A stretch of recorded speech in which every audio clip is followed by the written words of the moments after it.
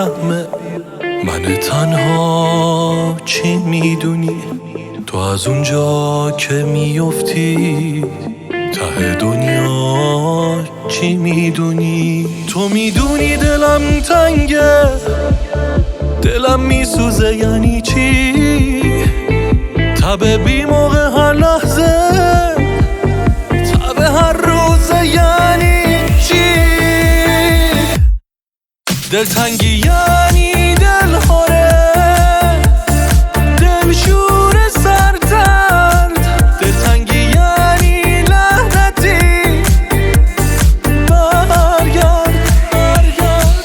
دلتنگی یعنی دل خوره، دل شور سردرد. دلتنگی یعنی لعنتی، برگرد.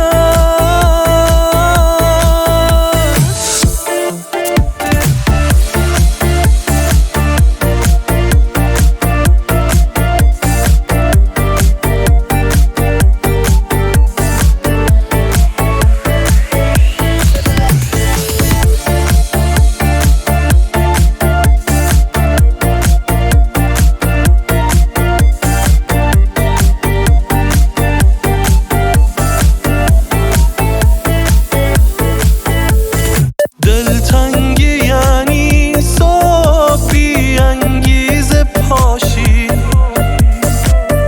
واسه تمام روز بی برنامه باشی.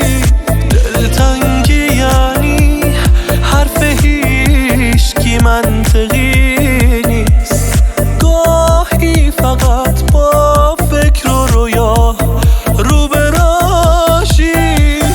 دلتنگی یعنی بی خودی گریت بگیره، انقدر که هر کی دیدتت برات دلش بسوزه بمیره. دلتنگی